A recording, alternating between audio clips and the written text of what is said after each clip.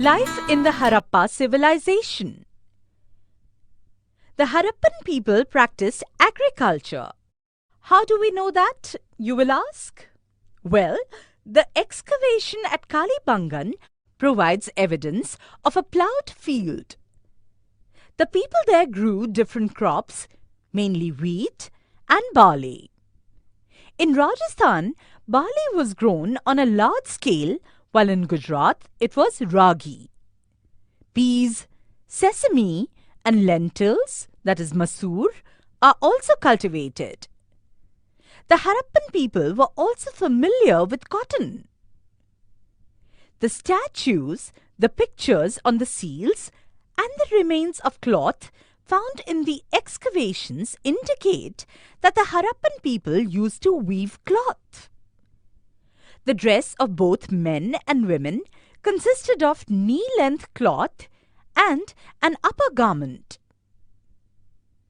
Many types of ornaments have been found in excavations. They are made of gold, copper, precious stones, as also shells, cowries, seeds, etc. Men and women both used multi-strand necklaces, rings, armlets, and waistbands. Women wore bangles right up to their upper arm. A statue found at a Harappan site presents an excellent specimen of their art. It shows the man's facial features very clearly. A cloak with a beautiful trefoil pattern is draped across his shoulder. These seals were made in the Indus. More than 2,000 such seals have been discovered to date. The small stones, which are about 3 square centimeters in size, are engraved with a variety of pictures and characters. The zebu is an animal unique to the Indus. Its horns were considered sacred. This seal shows a man wearing a headdress with horns.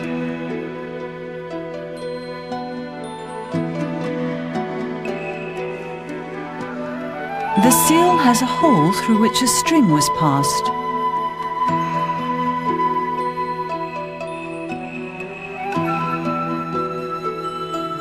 The seal was pressed onto clay or similar materials.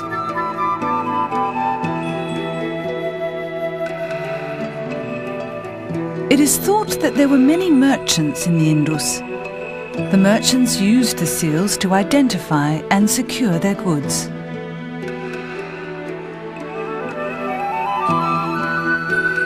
Engraved on the seal are Indus characters. These characters have yet to be deciphered. There are only about 5 or 6 characters on average, at most 17 on each seal. This is one of the reasons why deciphering them is so difficult.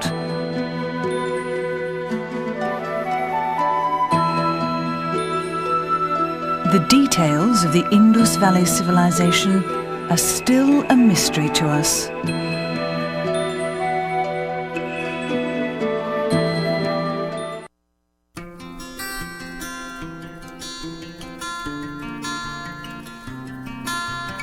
The elaborate social structure, standard of living, granaries, numerous seals, uniform script, and regulated weights and measures in a wide area indicate the existence of a highly developed system of trade in the Harappan civilization. There is evidence that the Harappans traded with parts of India as well as other Asian countries. They also traded with Egypt, Babylon, and Afghanistan. The Harappans traded in stone, metal, shell, etc. within the Indus culture zone. In some cases, common products have been found in all the areas, indicating some kind of trade. However, instead of metal money, the Harappans prefer the exchanges through the barter system.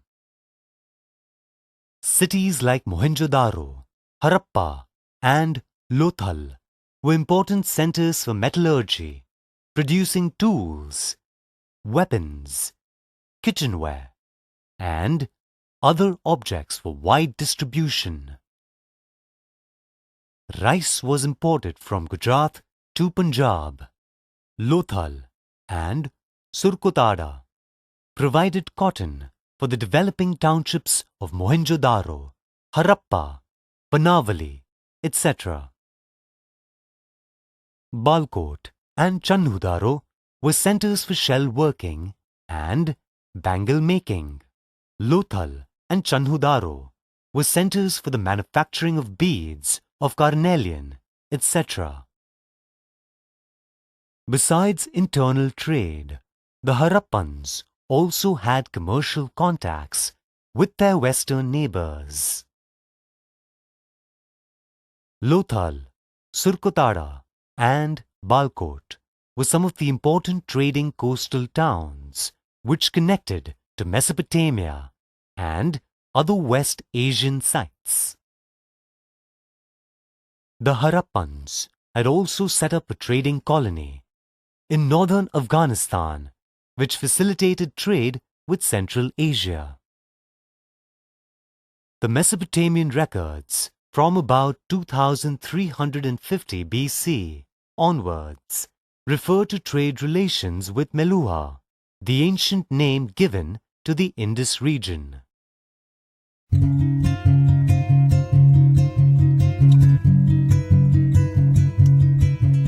Most of the information about the religious life of the Harappans comes indirectly from the seals, seal impressions, terracotta and metal figurines, cemeteries, etc.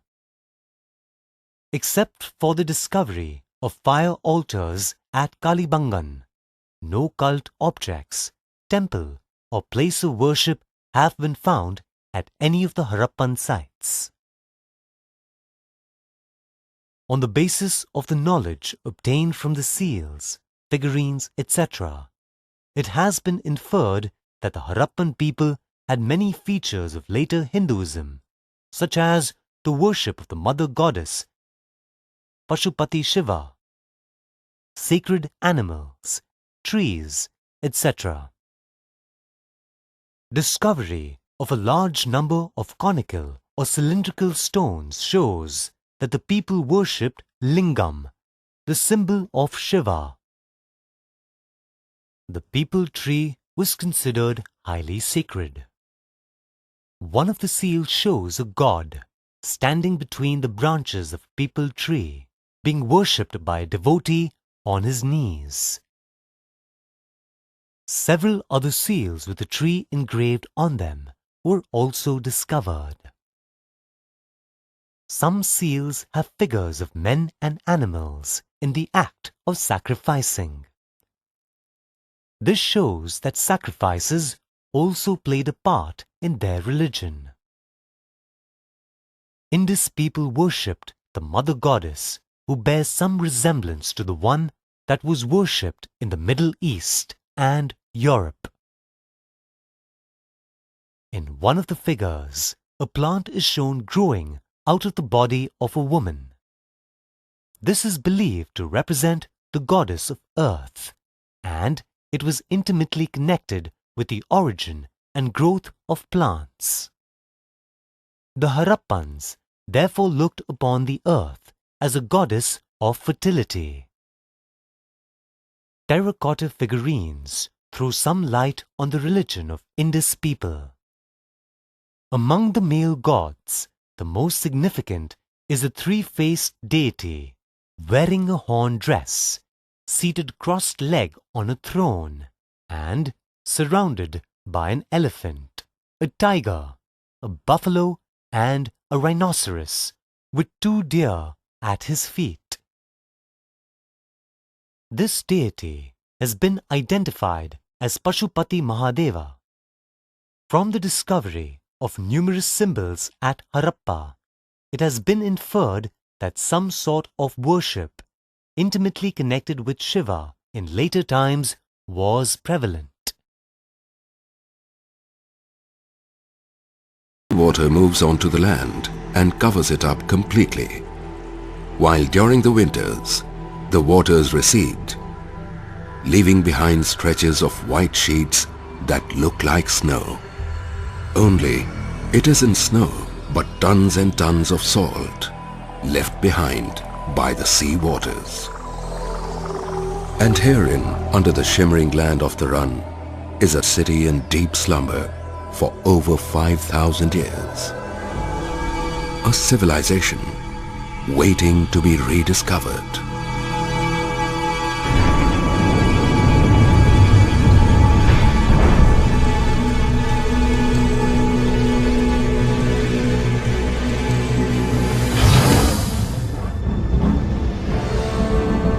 Dholavira, a futuristic metropolis of the past.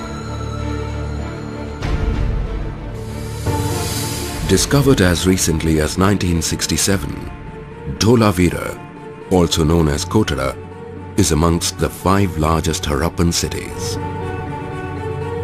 Spread over 100 acres, this model city was embraced by 2 stormwater runnels, the Manhar in the south and the Mansar in the north. A remarkable feature of this city was its tremendous sense of town planning.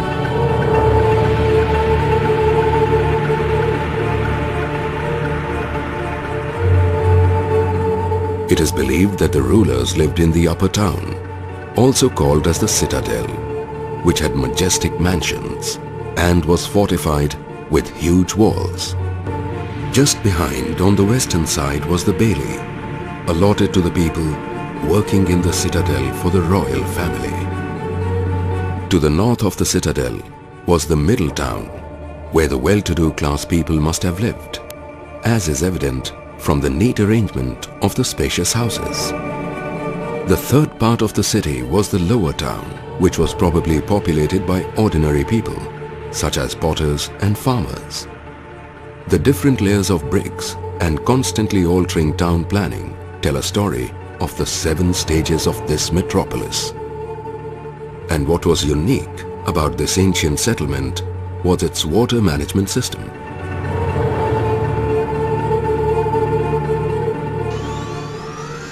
Imagine a sophisticated water harnessing system of bunds and dams to harness waters from the 2 rivulets. A channel was used to divert water from the Manhar rivulet to fill the reservoir opposite to the eastern entrance of the citadel.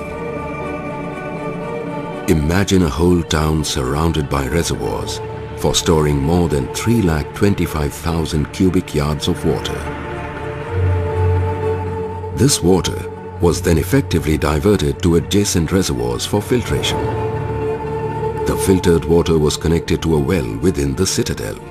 This well diverted the water into the step well with mud chambers, one for drinking and the other for washing. Further, this water was also let out for industrial and agricultural use.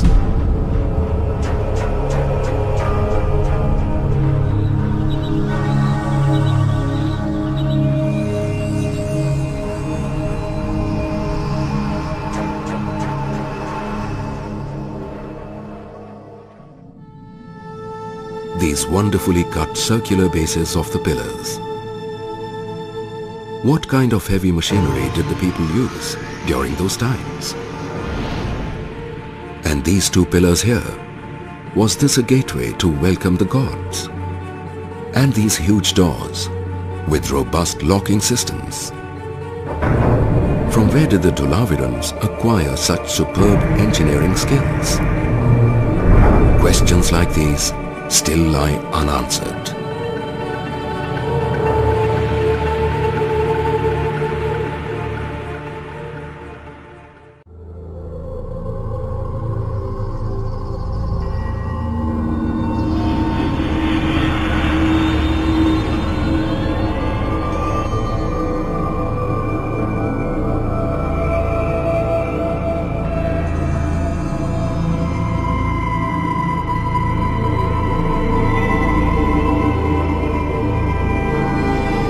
Dholavira is also known for its two open-air stadiums, one of which is probably the world's oldest and the biggest, covering an area of 160,000 square feet. Was this a public space for religious ceremonies or an amphitheatre for sports and performances? Microbeads found here makes one wonder about the kind of sophisticated instruments that must have been used to create such perfectly rounded masterpieces. These well laid out shopping places must have been thriving bazaars where merchants from across the world would have mingled and conducted business. Yet another significant discovery of Dholavira, a signboard with inscriptions, has still not been deciphered. Did these represent the name of the city? No one has been able to understand them yet. And a separate funeral site, where only objects dear to the departed souls were placed, indicates just one thing. The people of Dholavira believed in life after death.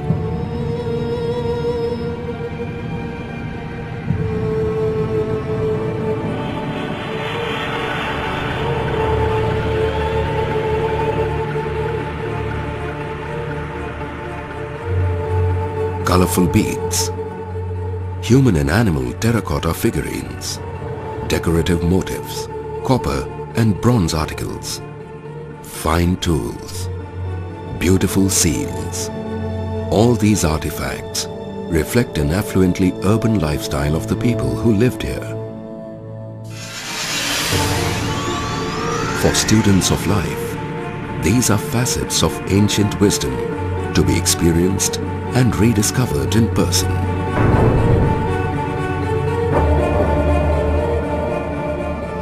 Wisdom that continues to live in these villages of Harappan culture. The city of Harappa was divided into two parts. The citadel, which was home to the great public bath, two large assembly halls and residential buildings that housed around 5,000 people. The lower city was laid out in a grid-like pattern. Most people lived here and seemed to have been traders or artisans.